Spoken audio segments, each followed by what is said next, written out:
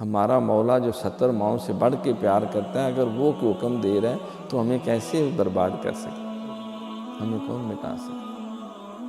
مولا مجھے اس کا ڈر نہیں ہے کہ بدل گیا زمانہ، میری زندگی ہے تم سے، کہیں تم بدلنا جائے۔ اگر کوئی مطالبہ کر بیٹھتا ہے کہ مال خرچ کرو، جان کو لڑا دو میری خاطر، اور یار میری خاطر 5 نمازیں پڑھ لو، وہ میری خاطر، یار سود کو چھوڑ دو، رشوت کو چھوڑ دو، ظلم نہ کرو، میری خاطر اپنی خواہشات کی بھینٹ نہ چڑھ جاؤ، بچ جاؤ میری خاطر۔